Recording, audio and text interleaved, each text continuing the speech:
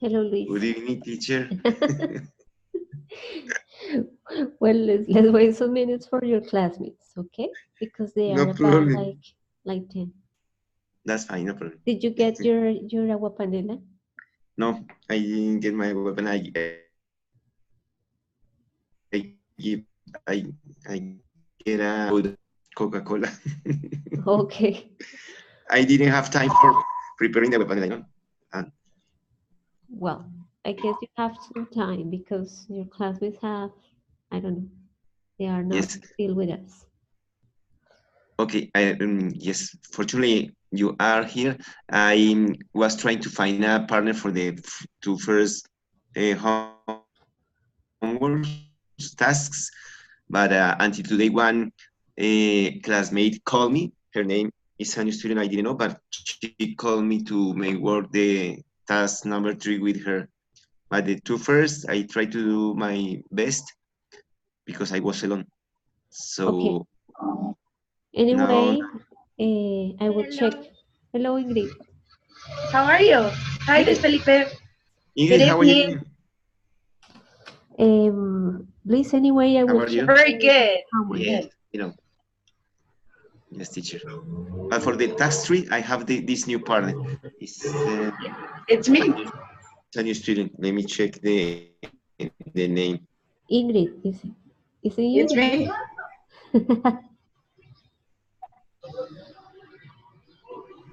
Ingrid Cortázar. Yes, Ingrid Cortázar. Yeah, Let me Ingrid, send I it to didn't know. you. I didn't know that your name was Rocio too. Sorry. No, don't call me Rocio. I hate it. No, no, no problem. But I was going to call you because I didn't see you. I tried to write through the WhatsApp to say that we have class at this time. Yes. It's me. Yeah, perfect. Excellent. I'm very happy to be here with you. Guess I'm gonna wait till 2 more classmates join our encounter before we start. Yes.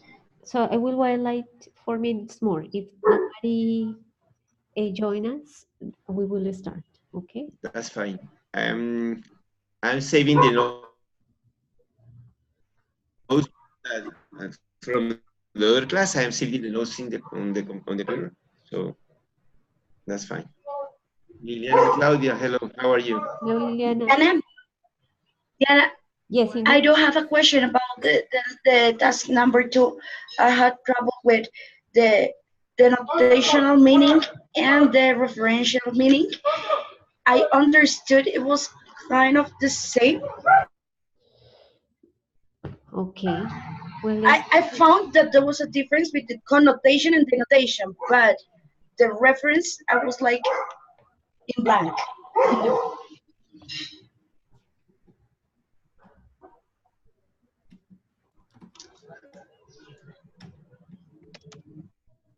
you said referential and Denotational.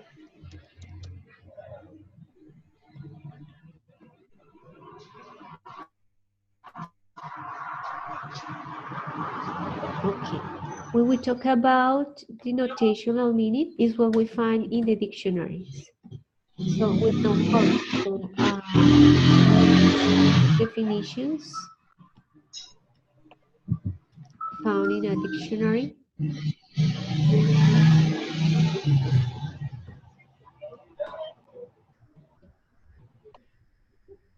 Well, no context and no speaker meaning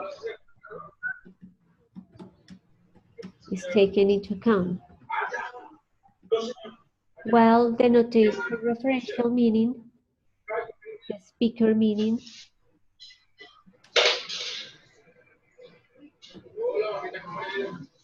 and the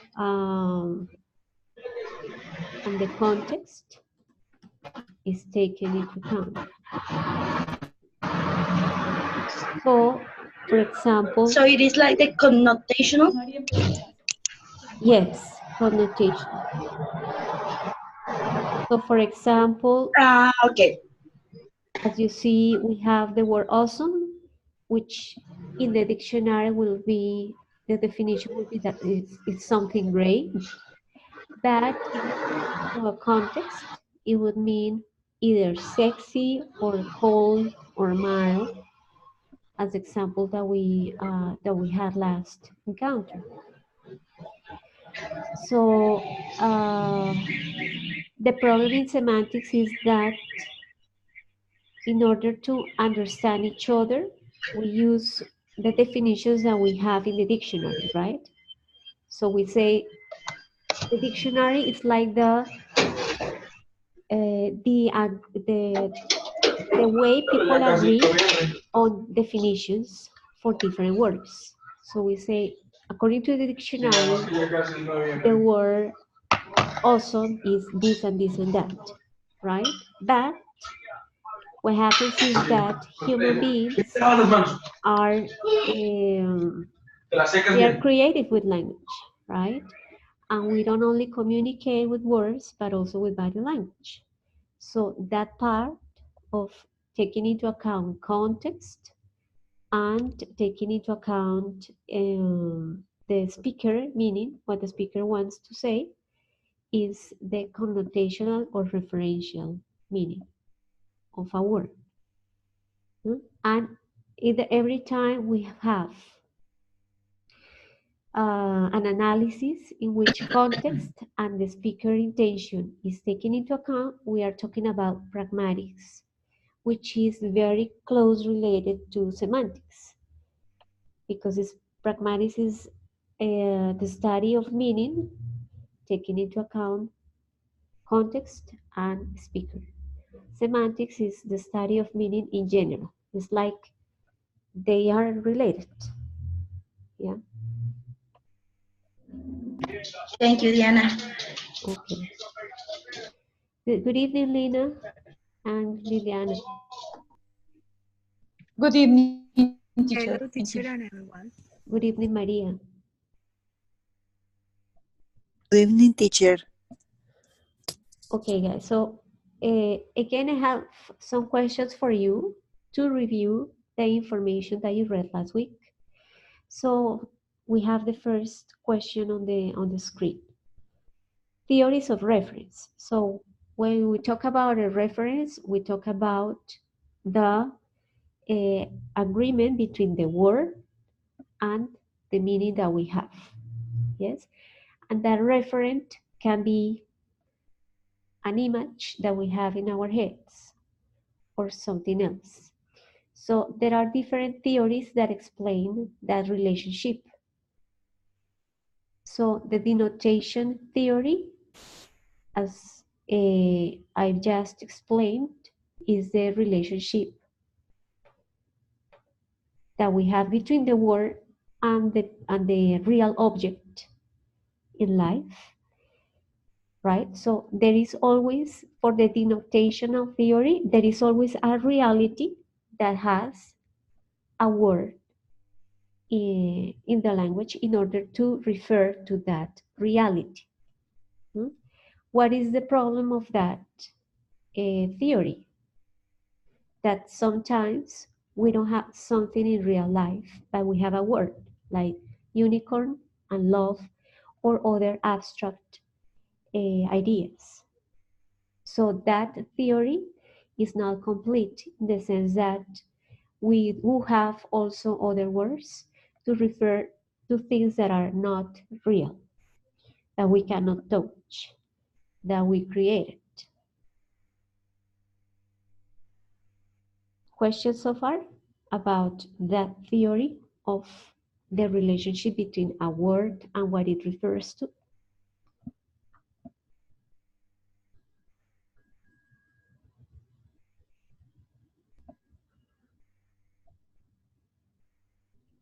Okay, if you don't have questions about that theory, the second theory, the representational theory, what is that about?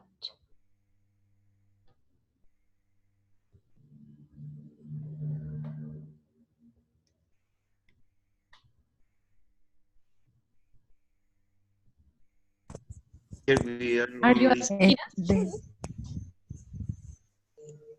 Luis? we are only seeing referential meaning and the notational meaning. It's all that you have on the screen. The referential theory and Yeah, no, representational referential theory. meaning and the notational meaning, but we cannot see anything else. No, you don't see my screen? No. No, No? teacher. No, teacher. You are We not have sharing your screen about that topic. Okay, I'm sorry, I'm gonna check what is going on.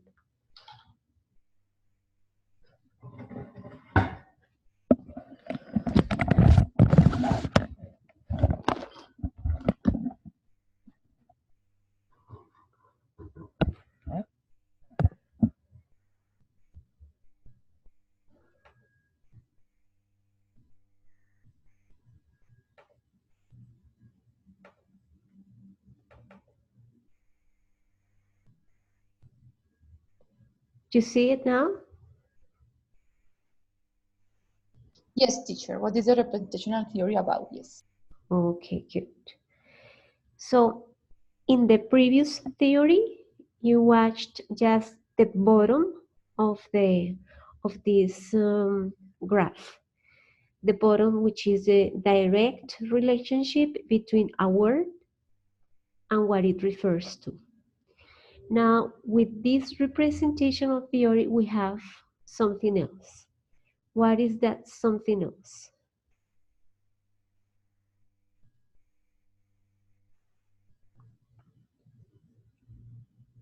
is the image that you have in your mind about the word or About, in this case, the action of drawing, right?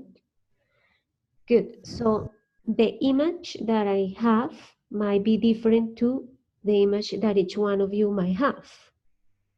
So in this theory, what we have is that each person might give a different, might have a different image according to his or her experience.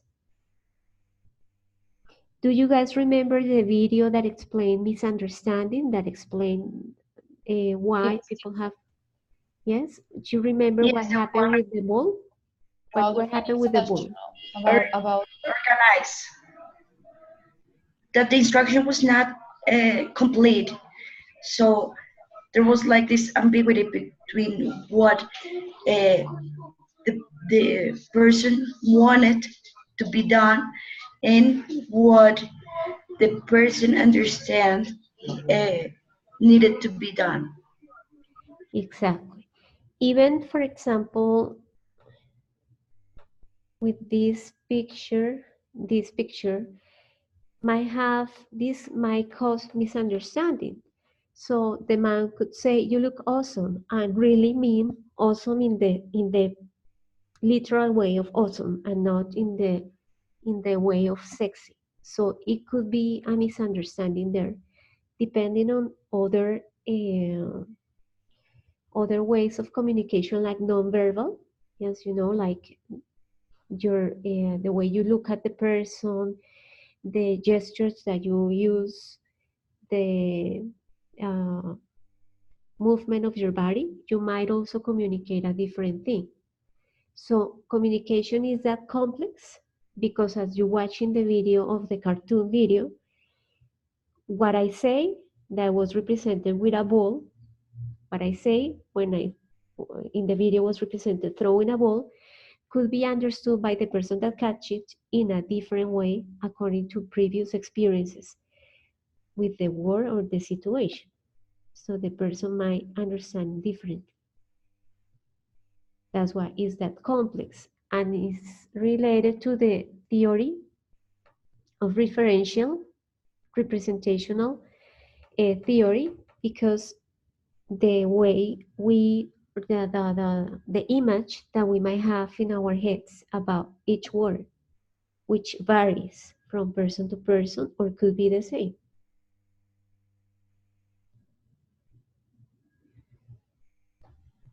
Are those theories clear?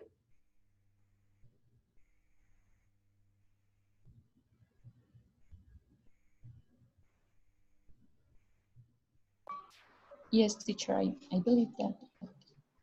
Okay, I would like now you to think about the way we teach vocabulary to our students. When we use flashcards, what type of theory are we using, or what do we? Representation. We're creating a picture. We're like uh, putting together the word and the image, so all of them may have the same meaning out of the word. Uh, but we are letting aside students' own interpretation. So it's more related to this one, to denotational. So we are saying drawing is this. So we are not putting the word in context. If we leave aside the possibility of the listener and the speaker understanding, if we are leaving aside the context and the speaker, we are in the denotational theory. We are on the level of this word is this. And what about the context? Okay. Right? So when we do this with children, with students, we are not, we are letting aside all the other possibilities that we have in communication, which are, for example, the capacity of using non-body language to communicate other things. What are these cases about? How do we call this when we use language in this way? When we say, "Hi, nice job," or don't work too hard," or "very impressive. Can you see my excitement?" Like sarcasm. Exactly. So if we teach vocabulary without the context, just telling drawing is this, writing is this, we are leaving aside context and speaker meaning, and this that happens in real communication, and that is related to the intention of the speaker and context.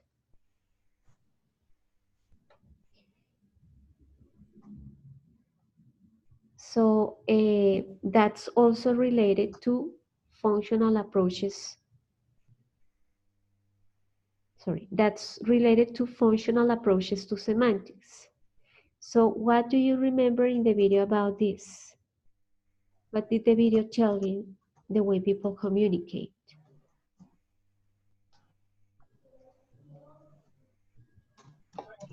That it is always a gap, or I don't know, there's always a possibility of misunderstanding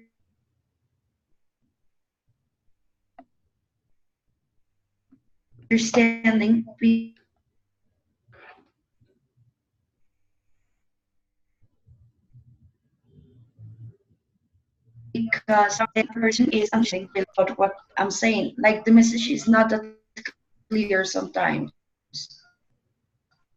The message is not clear sometimes, so it might cause misunderstanding, but also what happens with eyes, ears, and the belly.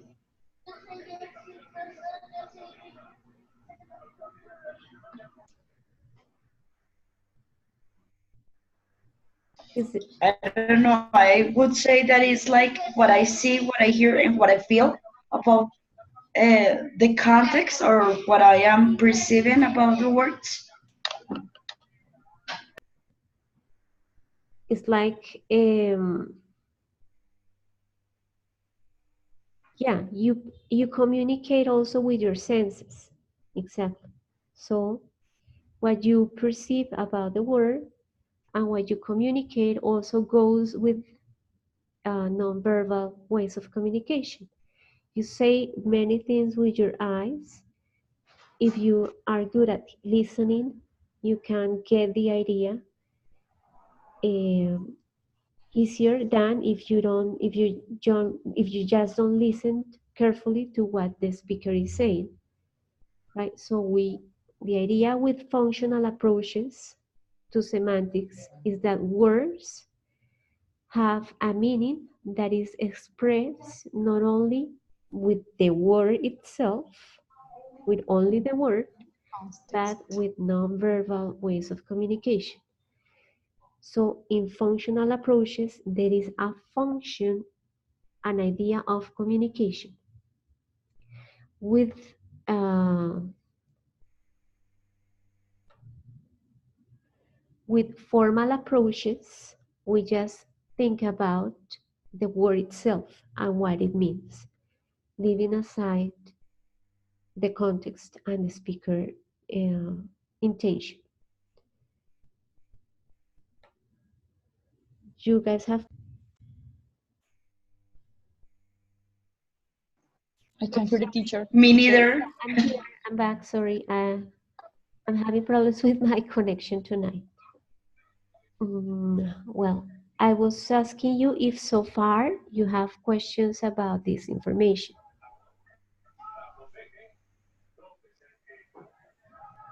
No, I think it's more clear now. It's clearer now. Okay. Teacher, are you going to share this presentation in the platform? I can, yes, I can upload it. Thank you, teacher. Okay.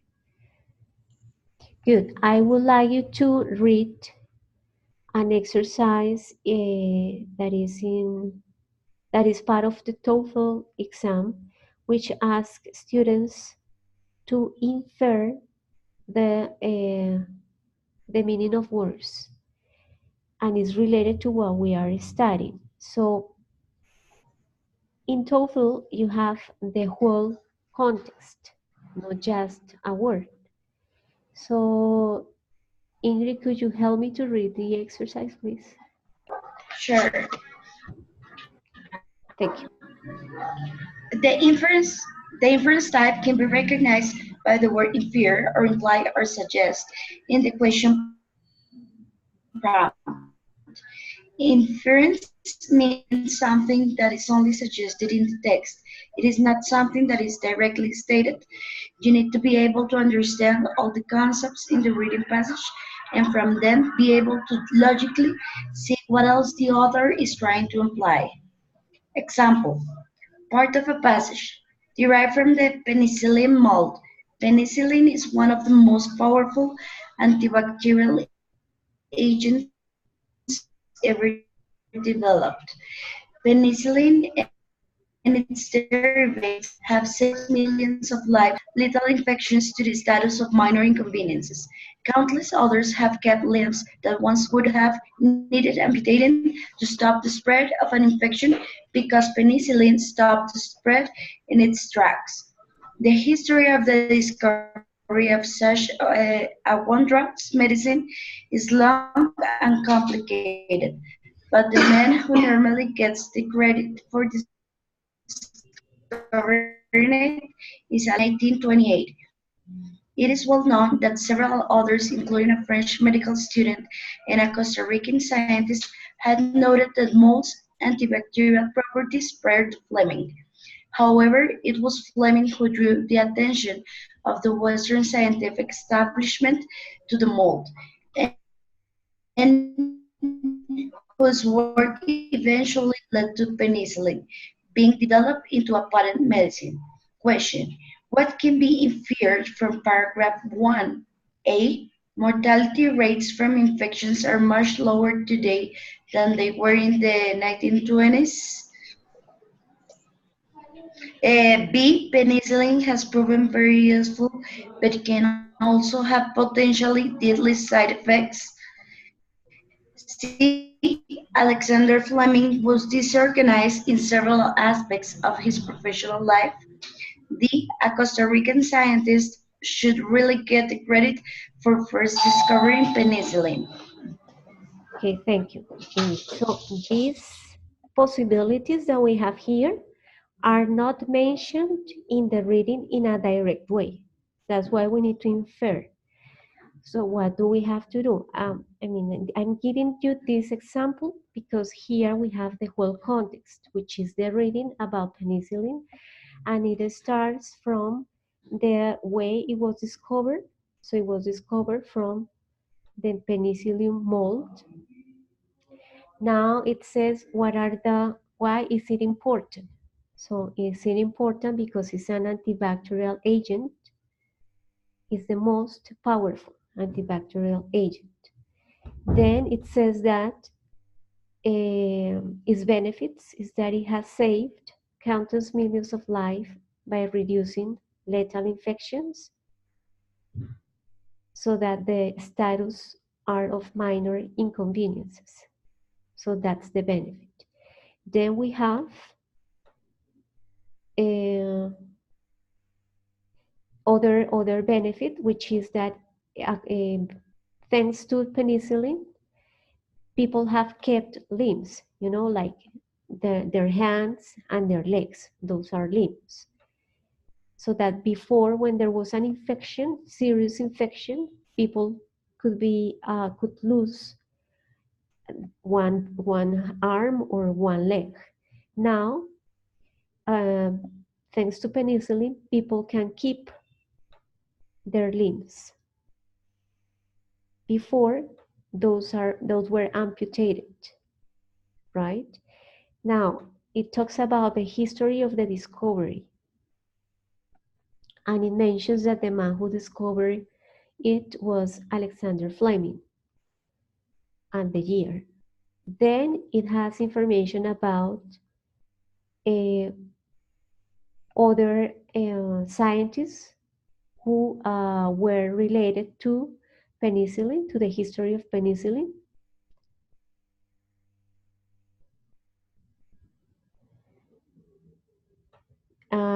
They were related because they knew the properties of